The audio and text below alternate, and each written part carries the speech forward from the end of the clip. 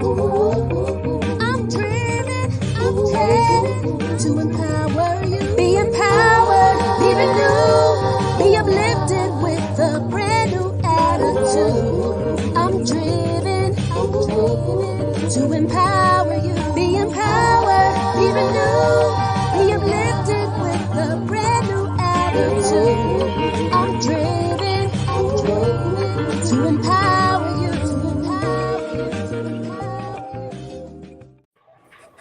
Welcome back to Driven to Empower You. I'm your host, Willett M Hurst. If this is your first time, welcome to the family. If not, welcome back home. As you can already see, I have a bunch of awesome guests that have came over to visit me today, and they're going to share the stage with me. So I'm going to introduce them one by one. These are our future leaders that are going to take the world back by force. So I'm going to start first with Mr. Joe Smith coming out of Oklahoma. Hey, Joe. Hey. How you doing? Tell us a little quick something about you. I'm 23. I'm from Oklahoma, and I'm an artist. What type of artist? Rap, hip-hop, a little bit of everything. Okay. So next to Joe, and I keep wanting to say Pastor Joe. Next to Joe, I have Natalie. Natalie, tell us, you're coming out of Oklahoma too. Tell us something a little bit about you, Natalie. Hi, I'm Natalie. I'm 24. I'm from Oklahoma, and I'm part of Bridging the Gap Church. Okay. We got Naya, and she's out of North Carolina. We're gonna come back to her. We coming from Stephen, that's out of my hometown, straight out of Cali. Tell us something about you, Stephen. Hi, my name is Steven. I'm 16 years old. I play basketball. You don't just play basketball. You slam dunk with the basketball, don't you? Yeah. I heard that's what I heard. Yeah. Okay. We have Caitlin. Yeah, originally from Texas, coming straight out of Oklahoma now. Tell us about you, Caitlin. I am 29 and I love to sing for the Lord. That's the best place to be. We got Sammy coming out of I keep wanting to say North Carolina. I don't know what that is. Coming out of Oklahoma. Tell us about you, Sam. I'm Samantha, 16. I'm also an artist. Oh, what type of music? You are? Oh, not music artist. Oh, you can draw. Yep. So let me say this to get for the beginning. Samantha, Natalie, and Joe are siblings. They're also PK kids. So I keep seeing Joe speak for everybody. So I'm going to assume that Joe going to be doing a lot of speaking for y'all youth today, right? Y'all going to let him be a speaker for y'all? I don't know about that. Let me be the voice. So tell us why. So we're here, and Natalie, you're coming from Bridging the Gap Ministries, where I'm currently a member at. Why are we here today? We want to hear what the young people have to say. We always talk all the time, and then see, my generation was you were supposed to be seen and not heard, the young people, right? But what I've seen is that your generation is supposed to be. We need to have open communication because you guys are dealing with so much stuff. Can you share something about that with us? Well, there's a lot to it. Actually, there really is. There's a lot to it. So there are some youth who they're open to share with them. As far as parents, and there are some who either don't want to share or they want to share. They just don't feel comfortable talking about it because they feel like they're not going to get heard, or they feel like their words or their feelings are invalid a lot of the time. Wow, that says a lot. I'm gonna come back and revisit to what you said. Naya, can you tell us? What you thought you wasn't gonna say nothing? I didn't know. You said it was gonna come back to me. I was like, okay. Girl, when I say I'm gonna do something, I'm gonna do it. So Naya coming straight out of North Kakalaki. So tell us about you. My name is Shania. I am 18. I'm a senior in college. A senior in high school. I'm going into college, but I'm in North Carolina. I plan on going into early childhood education. Oh wow, very strong spirit too, young lady. Can you do Oh me a yeah. favor? Because you can we're getting feedback. Can you put your thing on mic on mute real quick? There you go. But when you talk, we need to hear your voice. You have a lot to say. So go back. Let's elaborate more on you what you were saying now about what you guys as far as not hearing what you guys have to say. Well, I mean, I've known a lot of people around my age. I tend to stick to myself, but a lot of the time, people tend to, come to me and they feel like they can vent a lot of the time. So, from everything that I've heard, as far as how some of people around my age or younger feels, they feel sometimes they want to speak up, but they have some adults who basically tell them, I'm the adult, what I say goes, or or you don't feel like you have an input, or if you try to, you automatically get shut down because you're still young, you're still youth, you're not grown. Mm-hmm. And I have to be said, I'm on the show. I like to be transparent. This is my walk. So my kids are 26 and 30, and that was the era I was in. And so it's a lot of stuff that I know that I messed up as a parent.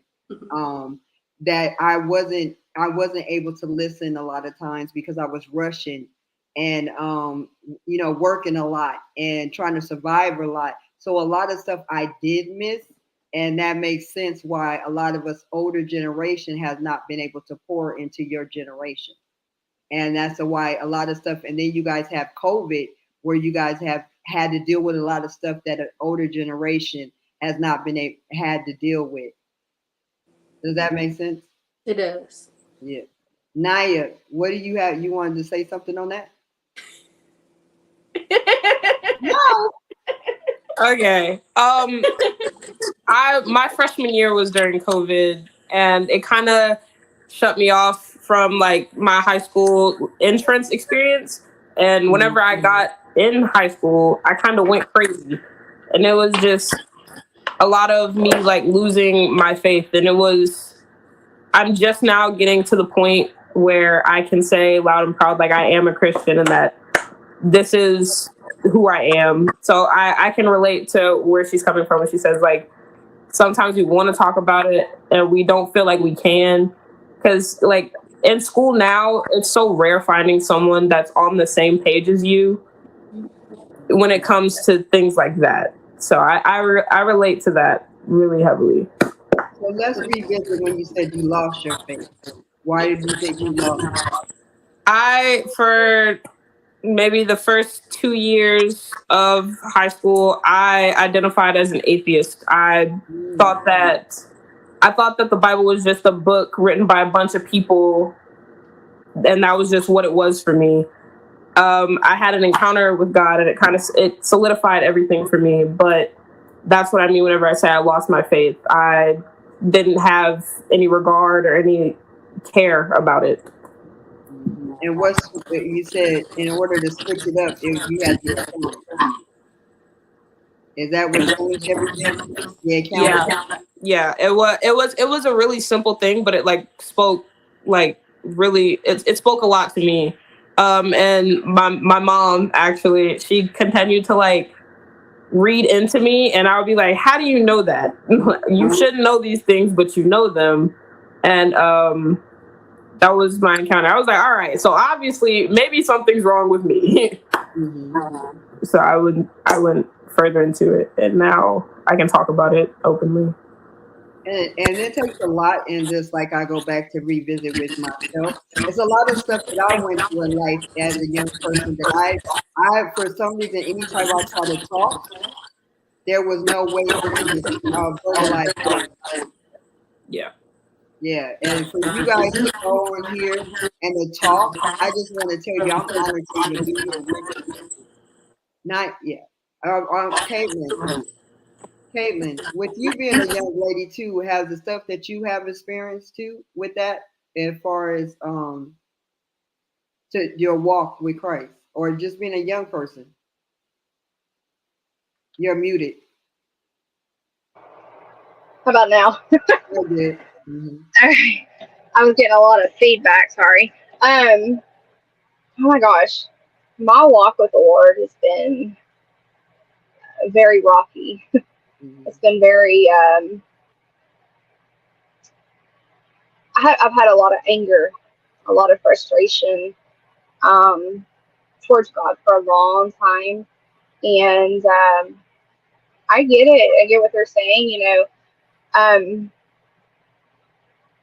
My whole life growing up, I always felt like the outcast. I always felt like, uh, kind of like you said, Willa, just to be seen but not heard, because just a kid, you don't really know anything. The adults think that you don't know anything.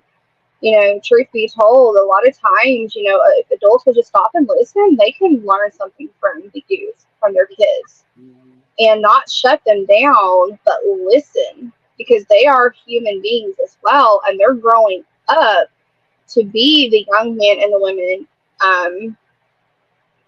that they're going to be. And, I feel like God's going to have it go into my whole testimony. Whatever's on your heart, you could just speak whatever's on your heart, Caitlin. So when I was 2.5, I became diagnosed with cancer, acute lymphoblastic leukemia. I went through 2 years worth of chemo treatments. So by the time I was 5 is when I wrapped all the treatments up. My mom always said that that came so close to death so many times, more times than they could even count. And going through the treatments,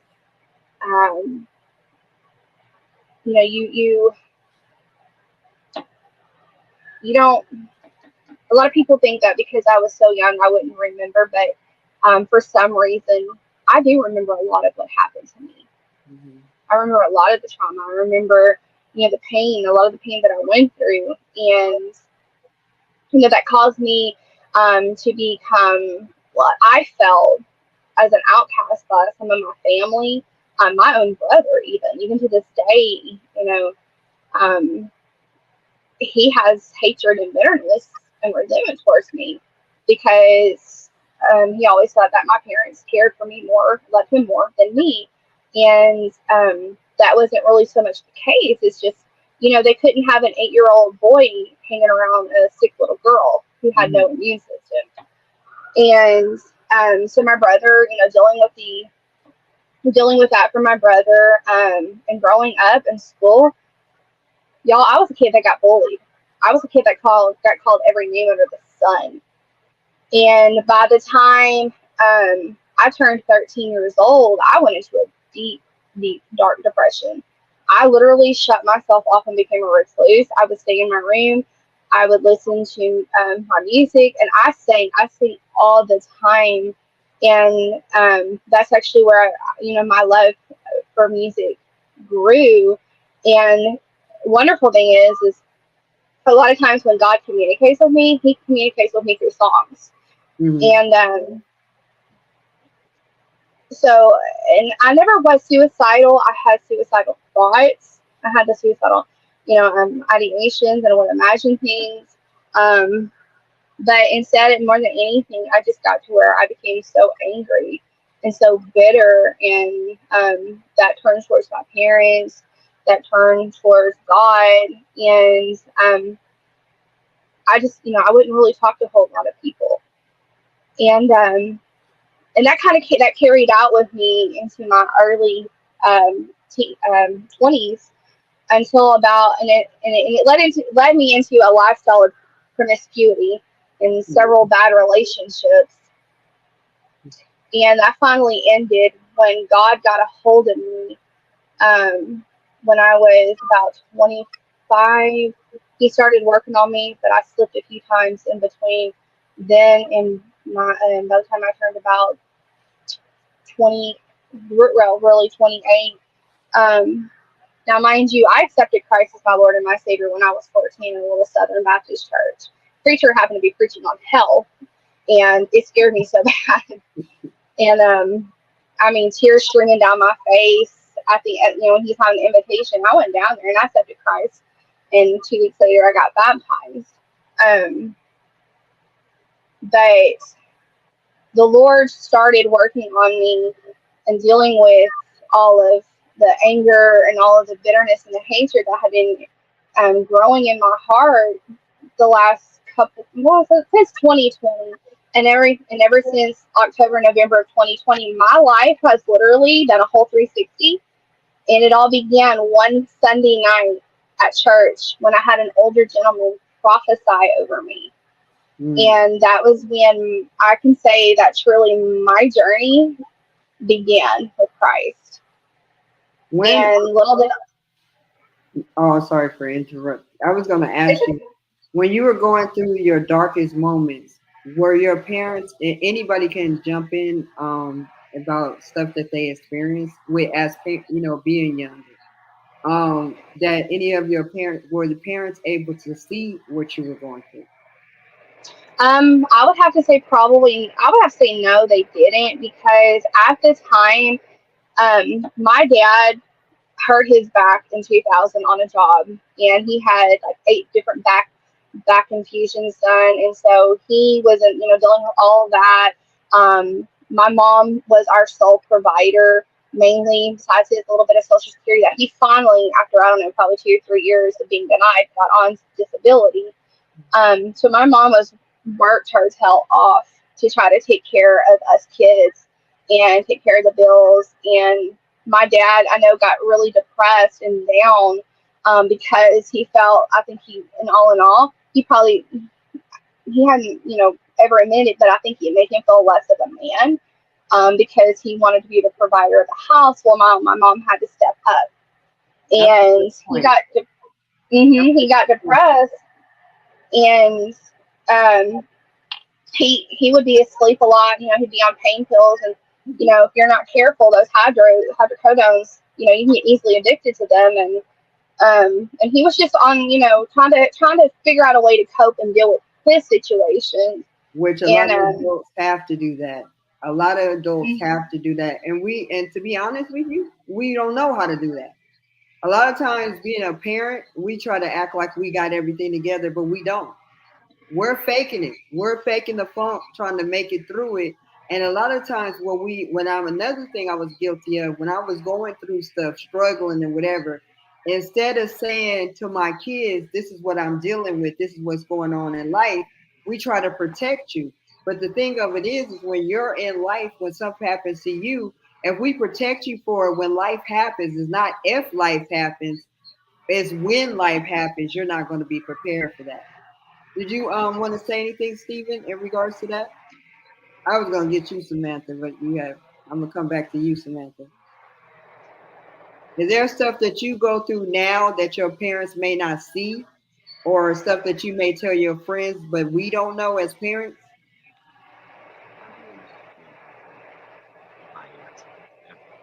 Hey, we can't hear you.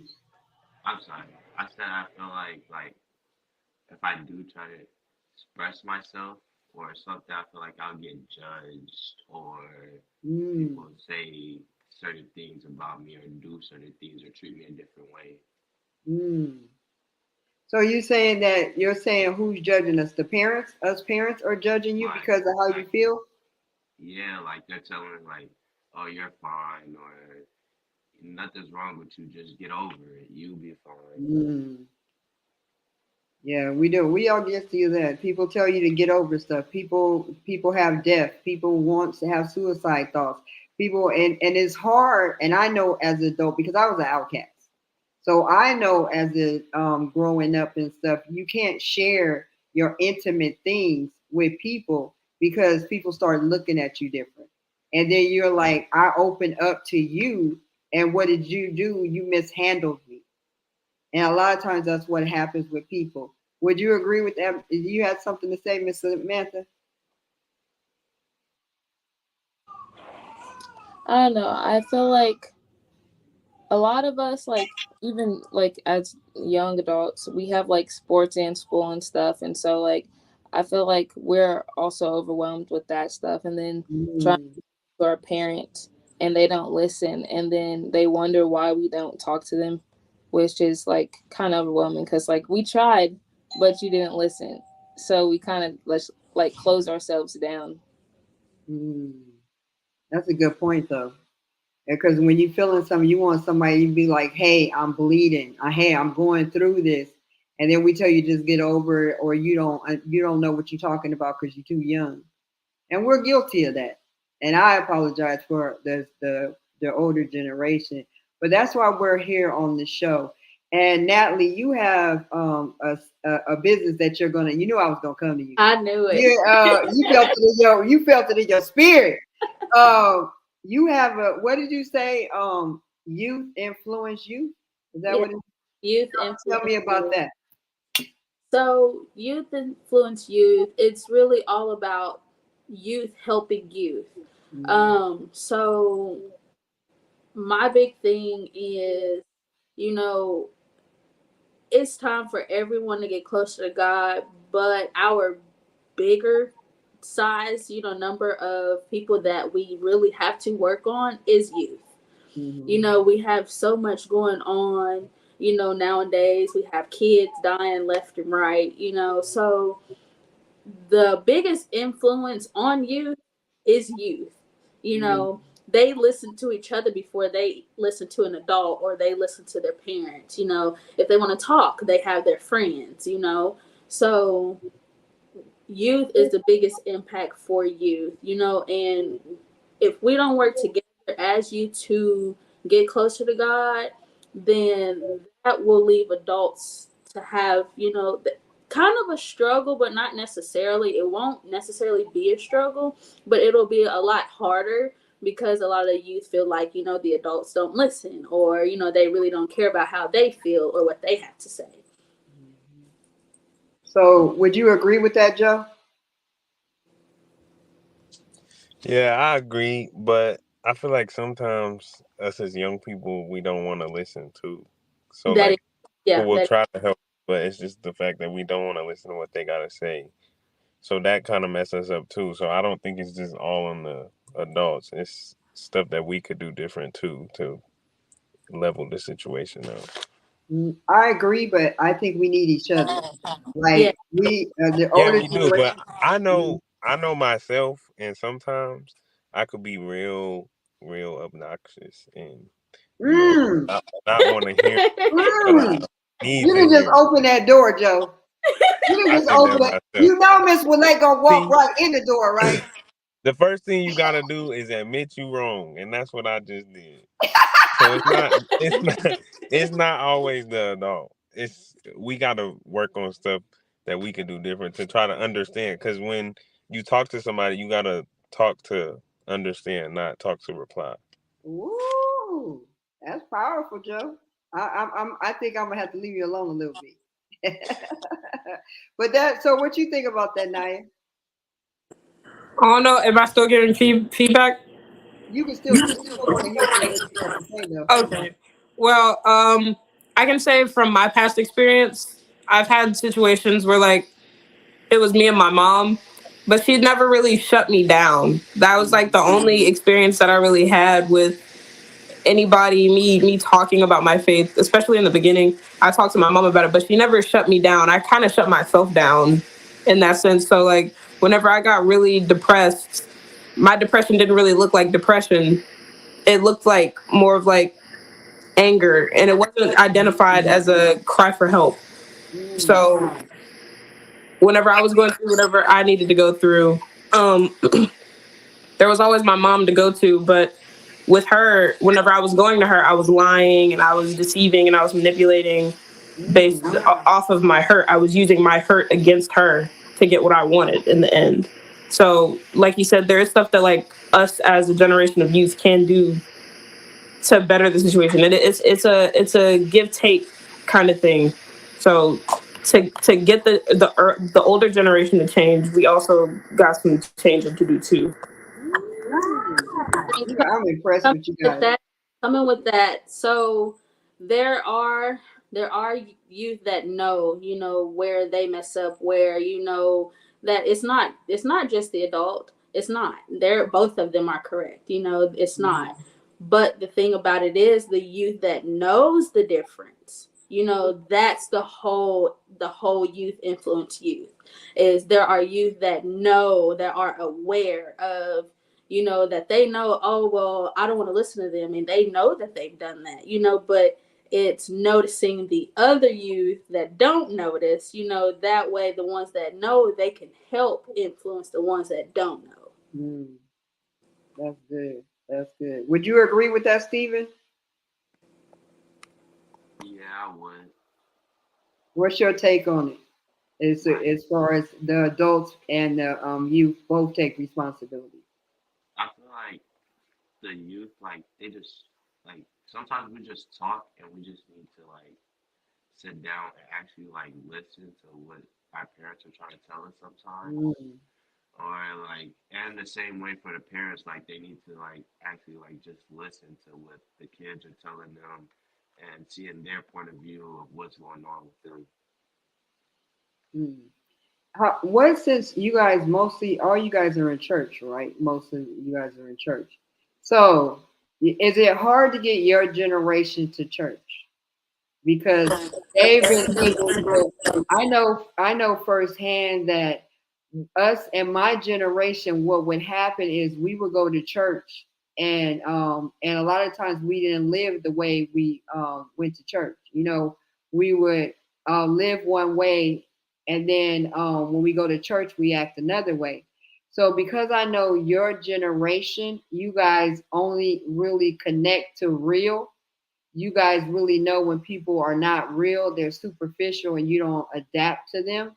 So a lot of times when we try to tell you, like, come to church, and you were just acting like yada yada yada when you were at home, or you were just talking about that person when you were at home. Now you want me to go to church and act a certain way. Do you guys agree with that? Anybody want to? Yes, I was waiting on somebody else, but yes. I feel like we playing a game. Like, you know how you do the budget and you do the thing and you like wait, like, who gonna pop the buzzer? Yes. I can say it is pretty hard getting, some people our age to come to church. And sometimes it's because I've heard, that church people aren't who they, basically explain themselves to be, and it's not genuine. And a lot of the time that's the root of it, is they feel like it's not genuine. See, our generation would go with the flow, whether you was fake or not, right? You got, for real. We would go with the program, even though we know they don't like you. We know that this and that, and we would still do it, the fake stuff. But your generation don't get down like that. Not at all. They'll call you out on it. Y'all playing the game, you let her win the points. Yes, they will call you out on it. They will call you out, and then it's like, no, but you said, yada. You can also tell, like, if say you're hanging out with somebody or whatever, you can also tell when that adult have been talking about you, because the child will start acting funny against that person. Oh yeah. Oh yeah. You be looking at the kid, you be like, okay, I peep game, I see what's going on. But what about the stuff that you guys are dealing with? Okay, you're dealing with COVID. You're dealing with lack of socialism right now. You're dealing with the what's the drugs that's out now? The pills. Okay, Naya, I'm gonna call on you, so you might as well. We don't care about the feedback. We need to hear your back. We need to hear what you got to say. So take the.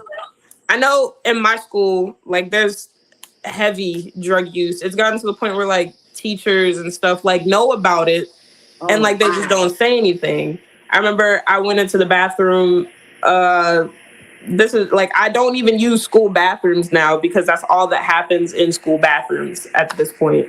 But things like that just all the time. And being around that, it is a really big influence.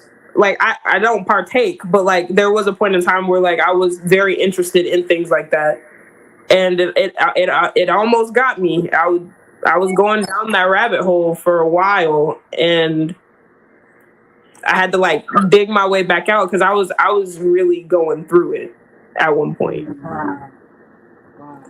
But I applaud you for not going that way. Thank you, because it's bad. Yeah, but applaud you because a lot of people don't know how to deal with what they're going through. And it's hard, especially you don't have anybody to talk to. You don't have anybody to convey to. And suicide is very high in your young people. Have you guys anybody experienced anybody that have committed suicide, want to try to commit suicide, or anything to that magnitude? I've had a few encounters with not only like other people's attempts of suicide, but also my own suicidal thoughts. I think I was in middle school sometime, and I went into the locker room, and there was a girl trying to hang herself, and I had to help her out of that. So that was my first ever encounter with like suicide or suicidal thoughts. And then year before last, I was having my own encounters with it, and I didn't really know how to approach it. I kind of just blew up. I was very angry. I was very depressed. But like I said before, my depression didn't really look like depression. It just looked angry and spiteful. So people didn't really associate my depression with depression, because it's not the stereotypical, oh, I was so down, I was crying all the time. It didn't look like that for me. Like I was still happy. I was still joking and laughing, but it didn't really look like that for me. So I've dealt with it on a helping and a going through it side of the scale. So you're a functional depressed person. Yeah, like most people are. Like you don't want people to know that you're going through it because you don't want people to judge you. And a lot of times, if a lot of people there wouldn't be high suicides if people can actually go to people and convey and say, you know what, this is what I'm going through. You know, this is what I'm dealing with. You know, and sometimes we just need somebody just to talk about it. Sometimes to just get it out, to get it out of us what you're going through. I want to also go ahead. I was gonna say things like therapy and like opening up to people have such a bad connotation though. Like whenever someone says, oh yeah, I go to therapy, immediately people's first thought is, oh, well, what's wrong with you? Mm-hmm. So like we tend to fight the idea of therapy or opening up or a psychologist because people think if I have to go to therapy, then there's something like really wrong with me. People are going to judge me for it. Even like going to therapy, I thought my therapist was judging me. So things like therapy have a very bad connotation. And because in the Black community, we don't believe in going to therapy. One, we always said whatever happens in this house stays in this house. But that has kept a lot of people in prison because they can't go and tell somebody what they just experienced. And I want to revisit about, I know as a kid, I used to get angry with my mother, the stuff I would go through. And you've mentioned that a couple of times about the anger. Has anybody else experienced that when you're going through something, instead of talking to them, you're angry about it and they see it as you just being defiant, but not saying like it's a symptom? Does that make sense? Y'all can push the button. Joe, you can jump in anytime. I would say that that's me quite often. But it's, for me, it's because I got so used to bottling it all up on the inside that it would just turn into nothing but anger. And God's been working on me for the last couple of years to just really communicate and be open. And I know a lot of people think I'm crazy because I'll be going through my hangout, even at the grocery store, and I'll be having a conversation with God, and everybody turn around looking at me. But that's what I developed. I developed where, I'm not ashamed to be out in public, and I'm not ashamed to be, washing dishes or driving down the road, having a conversation with God. And because of that, a lot of that anger and a lot of that frustration and the depression, has God has just delivered me and continues to heal me and keep me free from that. Which But is a I blessing. Which is a blessing at yes, your age, where you guys being where you're at, you're in a good position. Because I know that you know that your peers are not in this type of position that you guys are at. Because you guys hear all the horror stories out there and stuff that you guys are truly experiencing. Like in Muskogee, Oklahoma, where you guys are the Smiths, you guys just lost two people close to you, didn't you? Were you close to the two that passed away recently? I wasn't, but I'm waiting on Sam. Sam looked like she ready to say something. Samantha, you ready? You ready? She is a Smith, huh? Yeah. Well, like, I knew the younger one, not the older one, because the younger one, we all like everybody in like our age group kind of grew up in the skating rink. So he was always around, like he was always happy and everything. So I knew him, and like I wasn't like super duper close to him, but I was pretty close to him from that. How old was he? He was 16, the same age as us. So how did that make you guys feel? Um, I don't know. It was just like surprising that someone like our age, that young, like something happened to them like that, because it was a very brutal incident. So it was just crazy to think that that happened to someone so young, and then someone that I knew or I was pretty close to. Can you say how he passed away? He got shot in the face 3 times, and then he got shot in the body 3 times. Wow. And the dude, how old was the older one? He was 18. Okay. And he got shot that many times also? He got shot 11 times, I'm pretty sure. Okay. So being that young to see people lose their life in that magnitude, does that make you change the way you live? I mean, I know a lot of people are involved in a lot of different stuff, which is from them like holding stuff in and then being around certain groups and thinking like these are my people or these are the people I can rely on, and then it kind of turns, which for me it's just like you always have to be careful who you encounter and how you encounter them and what you say, because something you might think doesn't come off the wrong way might come off different to somebody else. Mhm. So we all Mhm. have to be aware of like how we come off and how we talk to certain people. It's perception. You got that right, Samantha. What happens is, like, if I say something to you, I'm from California. Now I'm in Muskogee. So what worked in California is not going to work in Oklahoma, because it may mean something in California different than Oklahoma. Like it may be something easy, funny, or something, but it may be offensive in Oklahoma.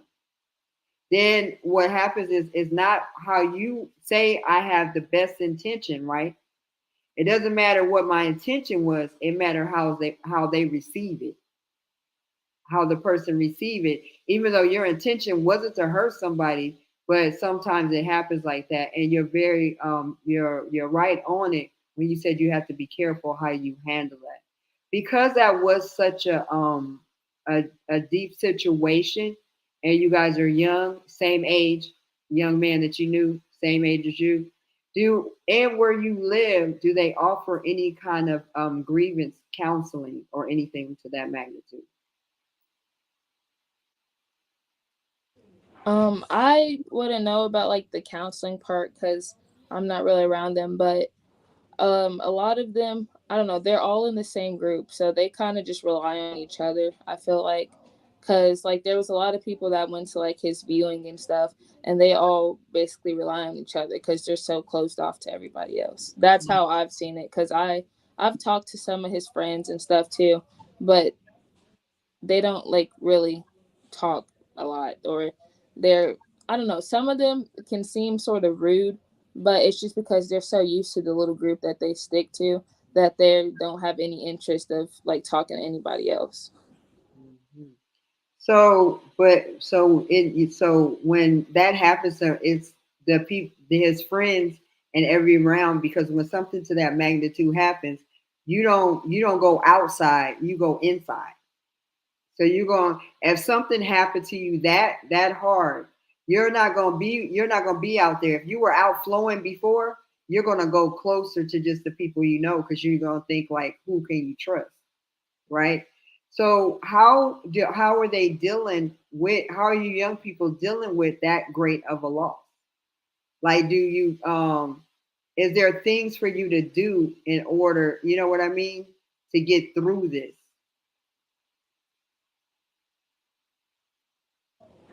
Well, I've had a lot of people come to me like after that talking about like getting closer to God and stuff.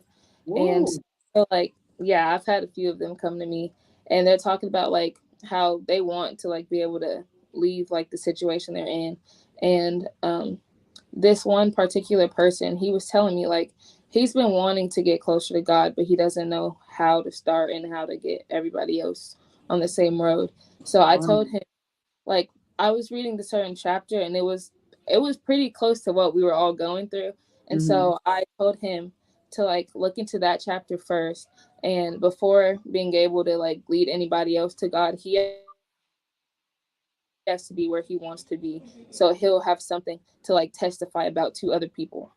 Oh, I love that. So that's awesome that you're able to minister to them like that. Stephen, have you lost or any, and being in California, we have a lot of that stuff. Have you experienced any great loss with your peers? Uh, yeah, I have. Um, my friend, he went and he was trying to buy a phone from this guy off of like eBay or something, Uh huh. and the guy that he was buying it from thought he had a gun, and then Oh wow. but he did it, and then he ended up shooting him, and he ended up dying. How old was he?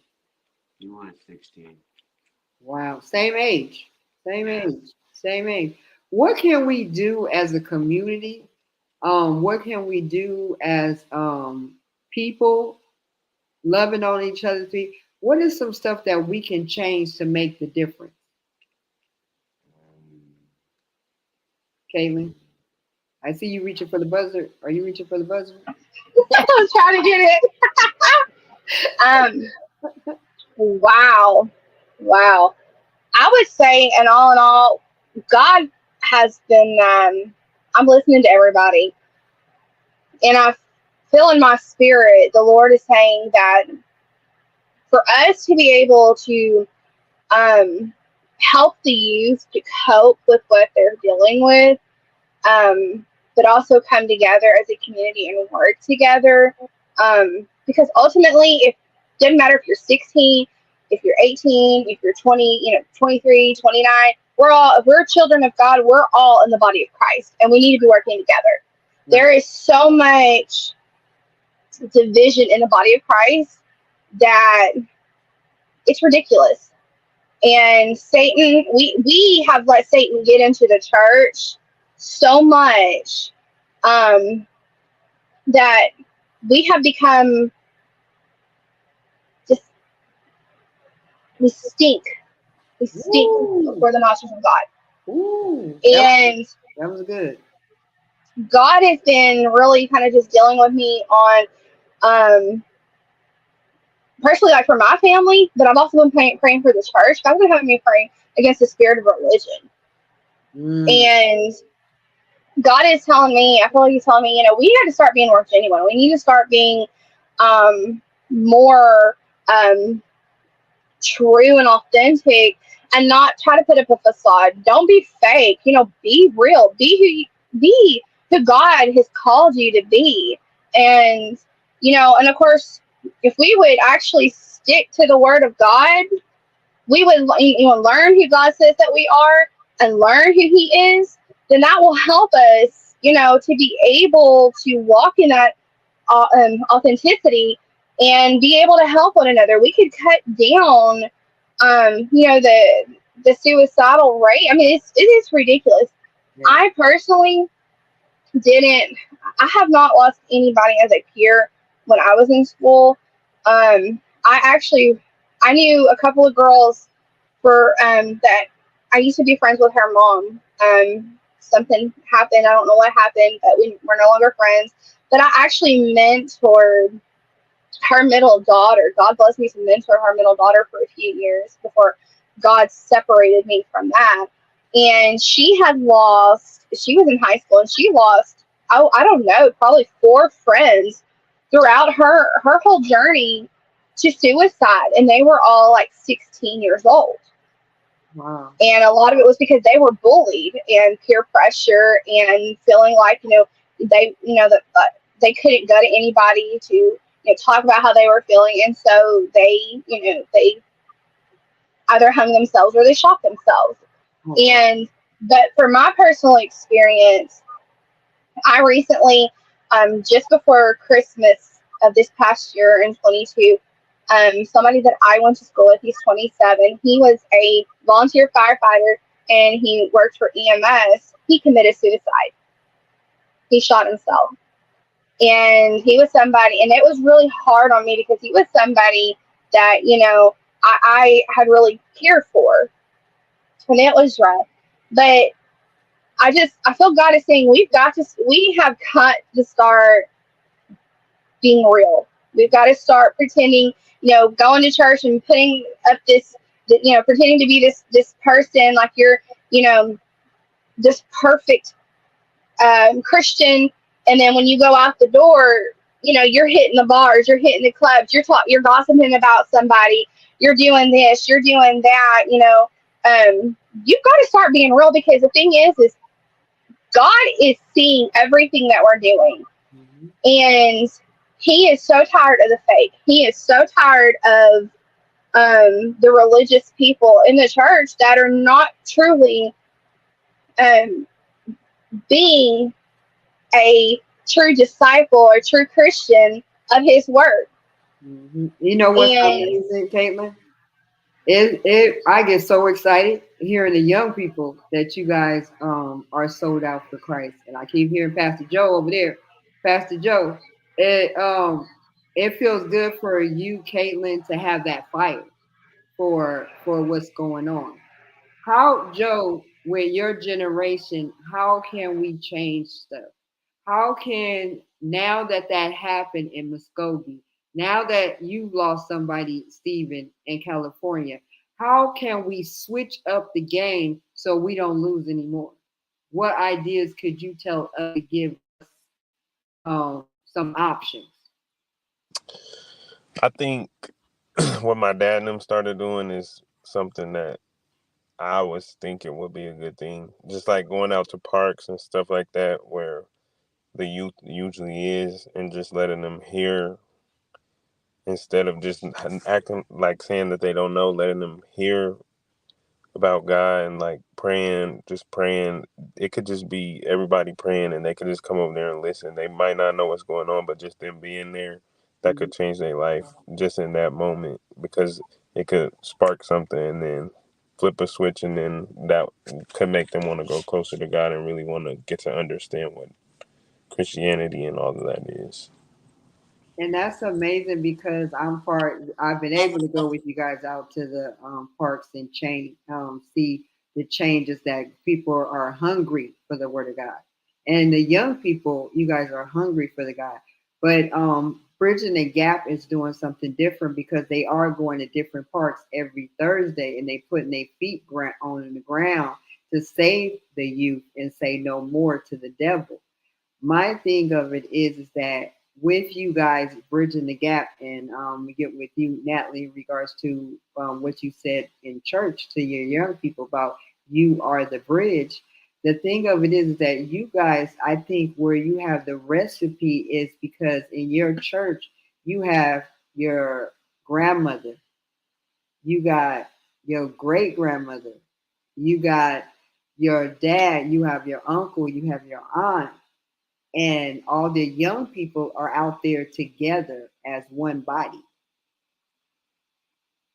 far as my dad and my aunt and my uncle, they're not any regular pastors. They're not any regular pastors. They'll tell you how it is. They'll even tell you what they've been through in life, just so you know you don't feel like you're alone. They want you to know that you're never alone. You're always welcome. Just come as yourself. And that's my favorite part. That's what I love.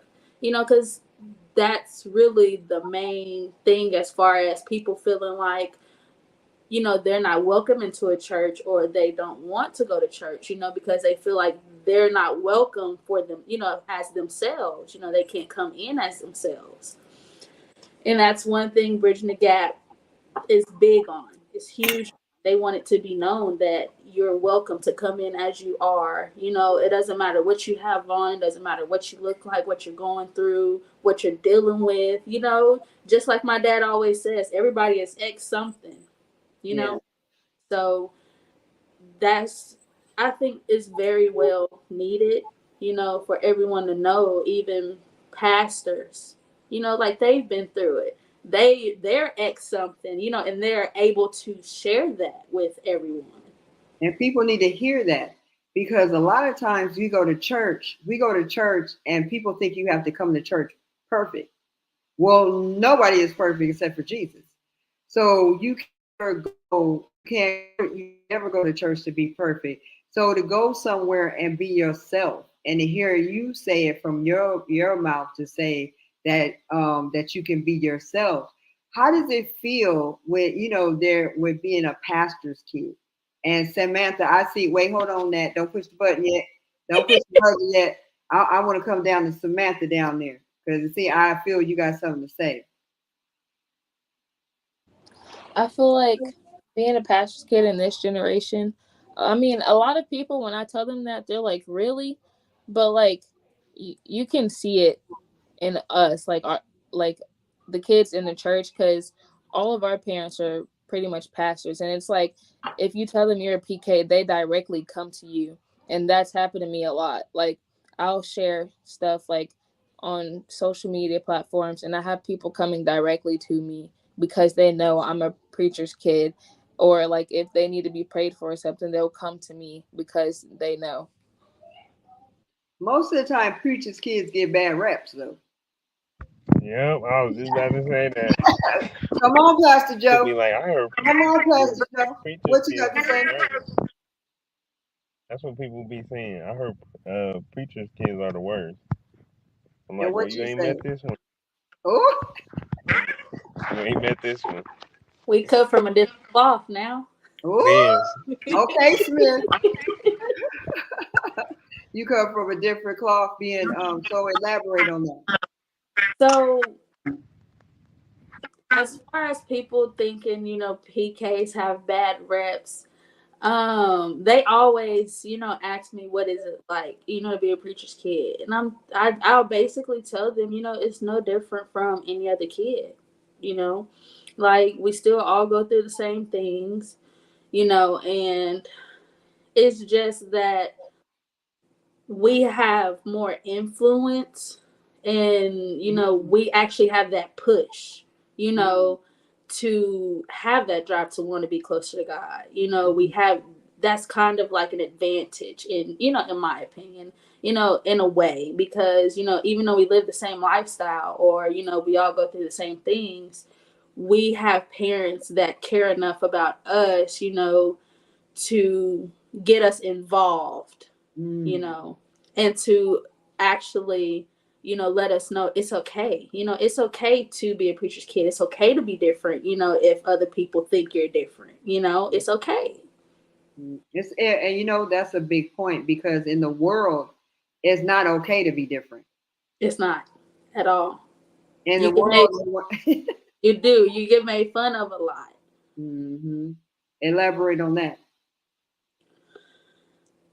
Like some people, they'll tease you, if you say you're a PK, they'll tease you because they think that you can't do this or you can't do that, like they feel like they have an advantage. But in my opinion, PKs, they really have an advantage, but also the thing about being a PK is, And having that advantage, it also gives me the advantage to do what I can to bring more people to God.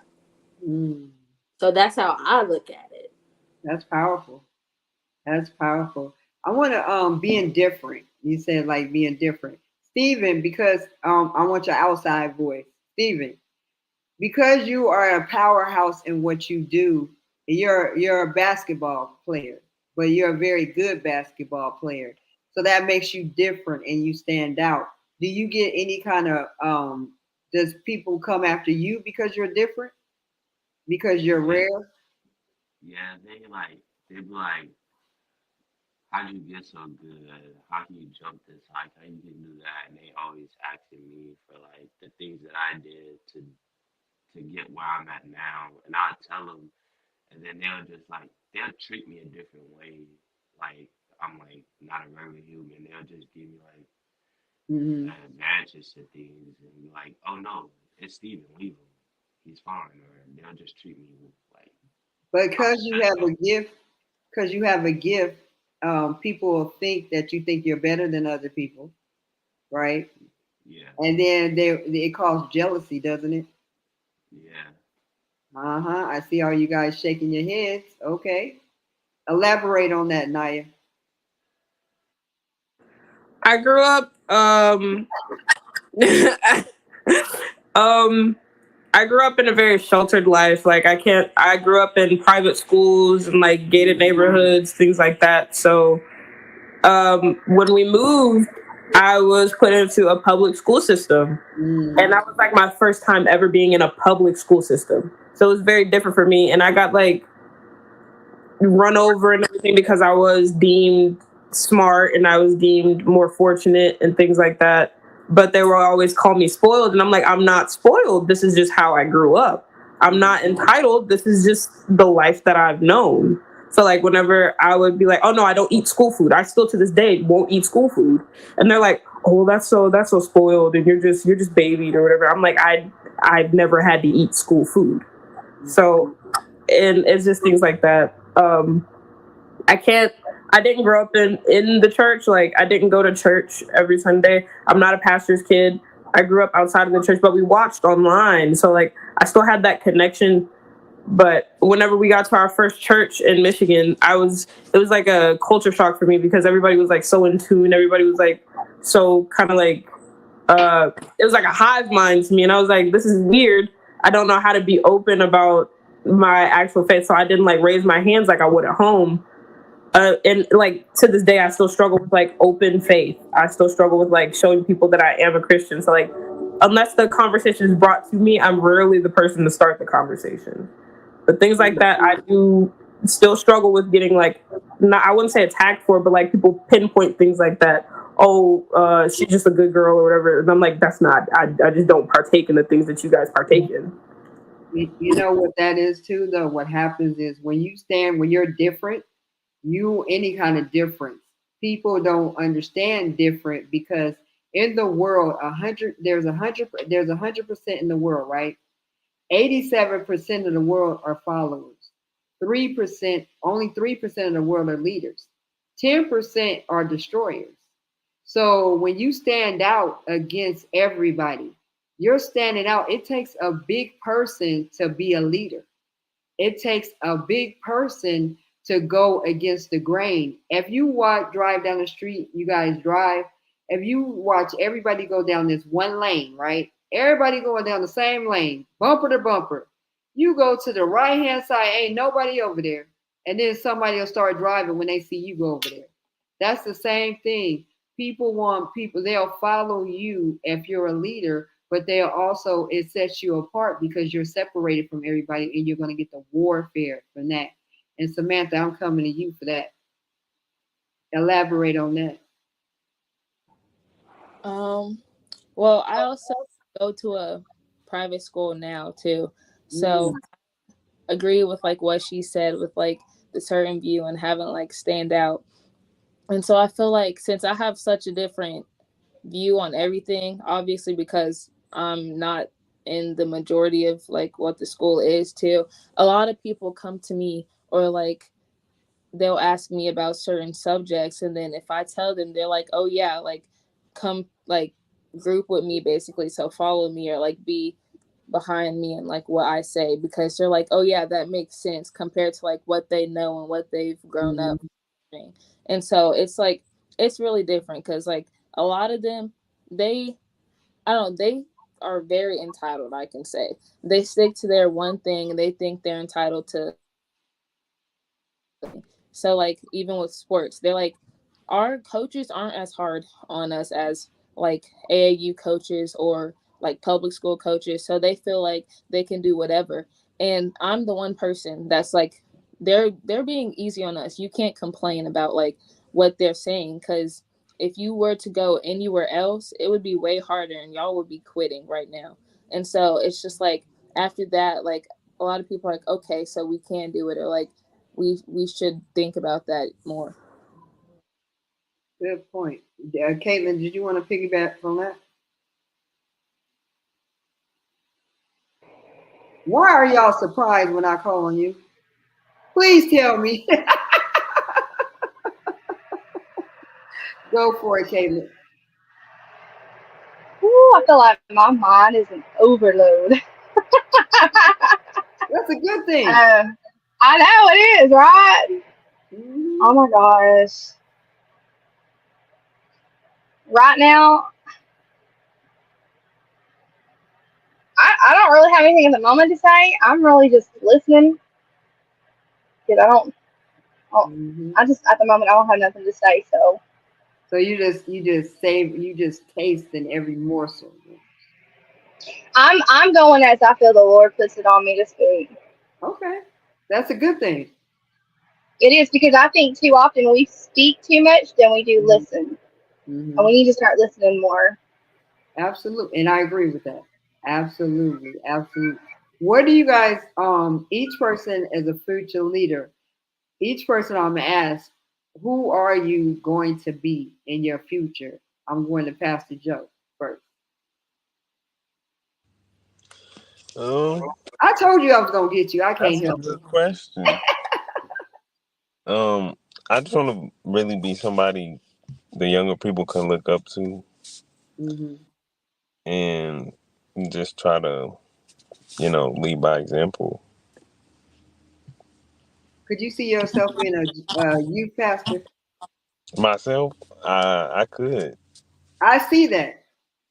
I see that. Every time I would say your name, it'd be like Pastor Joe, Pastor Joe. I said not the one that say well, I stay ready all the time, but I'm just kidding. But and so you see, you're just making a difference. Yeah, that's really what I want to do. Because I feel like it's a lot of people who have ideas to do stuff, and like they know ways to do things, but they don't get out of their comfort zone to talk about stuff, like show people how to do stuff because they don't know how to go about it. That's good though. Yeah, and the comfort, nothing grows in your comfort zone. Oh, not Nothing at grows. all. And something that's growing, and something that's not growing is dying. That's true. Nothing grows, and that's a good point. But I still see that pastor over there. Oh, next, Miss Smith. Um, I just want to be a bridge. I just want to be a bridge to, bridge that gap. I just want the Lord to use me however He sees fit, basically. That's good. So going back to the bridge, explain to us what you said at church about. Tell again about the name of the church and what you said in regards to the young people. So, the church is bridging the gap, and I just feel like as of now, with everything that's going on right now, the youth is considered as the bridge, because we have a lot of influence on each other. There's a lot of youth that need help. They need an ear. They need God. It's a lot of them. So I just feel like the youth is the bridge, and everything that upholds that bridge, those are the adults. The adults, they can't do anything without the youth. Mm, that's good. That's really good, and it's true. And there's an example that I would always give is that growing my era, we were taught to stay in the box. Mm. You guys were taught what box you talking about. We were taught coloring the lines. You talking about what lines you talking about. And when you guys came out, you guys started doing the Apple computer. But we need each other because you guys are speed and we have the wisdom and the experience that Mm-hmm. we've been through. We have been through some stuff. Like Yeah. your parents say, we have been through some stuff. And the youth think they've been through some stuff, but they ain't been through it. They They ain't been ain't through. been through it. Yeah. But also you guys are so used to having stuff right at your hands. Mm-hmm. Microwave fast. Oh, I need it now. I need it now. We used to be like, take your time to get it. You're gonna work your way to it.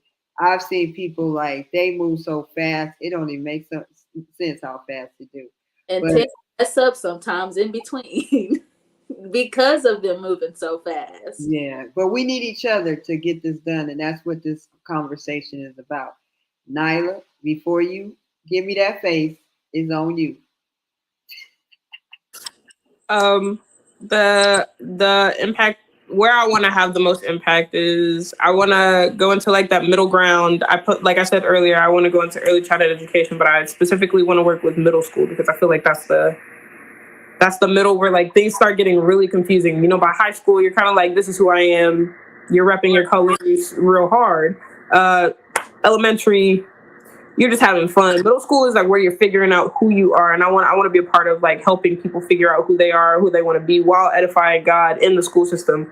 Because you don't see too much of that now. Like talking about your religion in school, it's like a sin. Teachers can't even teach. Like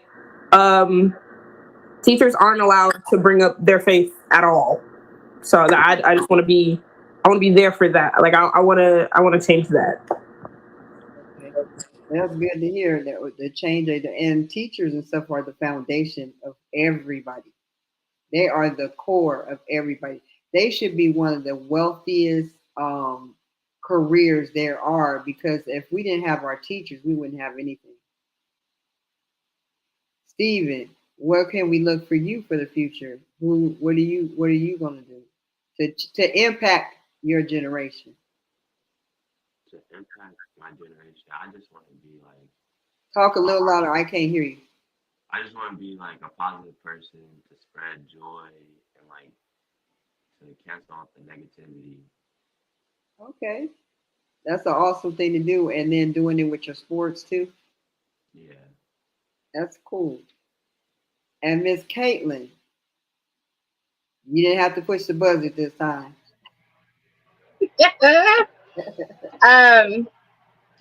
Actually, I already know. God's already shown me what He's going to do. Okay.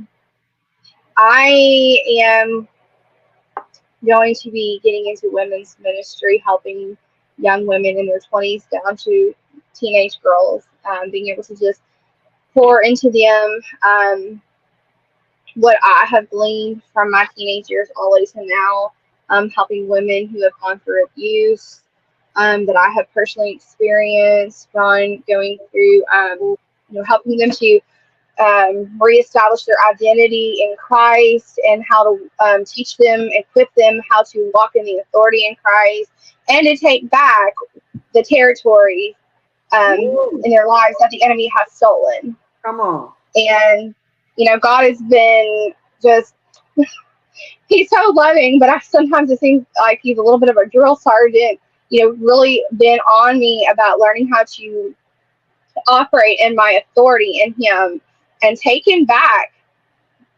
every area of my life that Satan has crept in and taken it back. I'm God, not just women's ministry, but missionary. I've already got people inviting me to go to Kenya.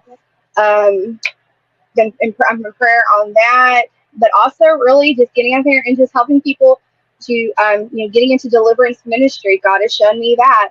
And so I'm just really excited on what God is going to do. And I'm so excited, how we get so impatient because like you said, we're in that instant society. We want it now, but God is saying, no, you're going to wait for my timing. And I'm actually in that season of having to learn to be patient and to wait on him. But I know that God is faithful because of everything that I've gone through and where I'm at now, that I don't have to worry. I know where I'm going to be. I know where God's going to take me. And Miss Sam, you know I'm coming to you. In this generation, I want to be someone to help people find their voice and their peace, because I know a lot of people struggle with peace and like where they're. You know, you say a few little words, but they like the words that just sock you. You be like, I want more. Oh, listen, she's really bright. She's really no, bright. I know. And I'm like, I'm hanging like, I want more. Yeah. Damn, you know, I'm here in Oklahoma, so I want more, Samantha. I'm super excited about everything that you guys are gonna do for the future. And normally I wouldn't have played the song, but I think I want to play the song just for us to meditate on the song that Nat sent us, and then so we can come out and close it out. What do you guys think about that? Let's do it. Let's play the song.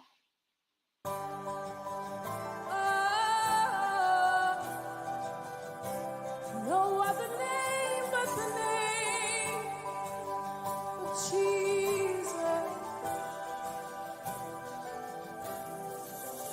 There's no hurt that can outlive the grace you freely give. It's the raging flood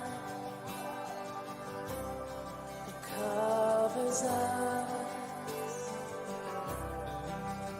For the thoughts that come to decay, you've sent love to strip them away, and you've left the truth that we're free in you.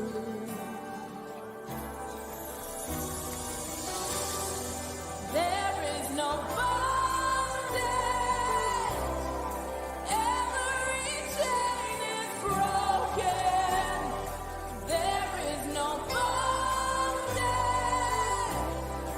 Jesus' arms are open. No guilt, no shame, all my sins erased. There is no bondage, every chain is broken.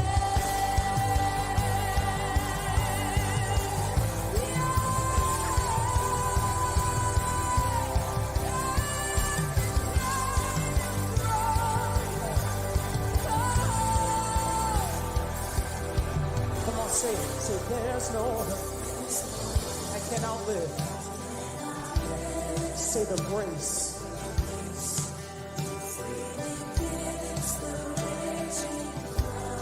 That covers us. Yes, and for the thoughts. Come on, say you sent love to strip them away. And you, that we're free in you.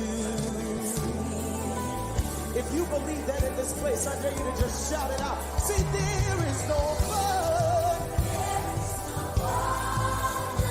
Say, every chain is.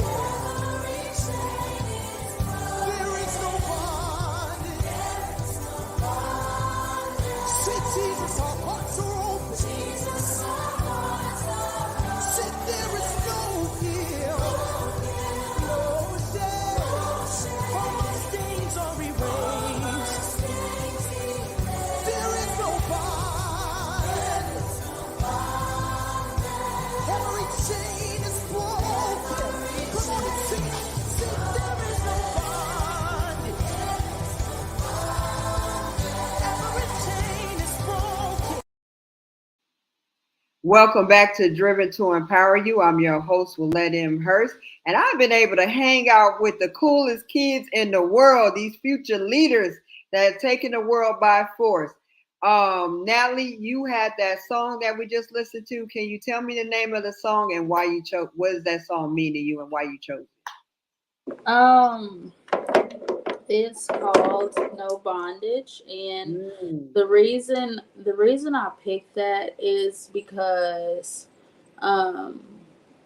we have to look at our path to get closer to God as that.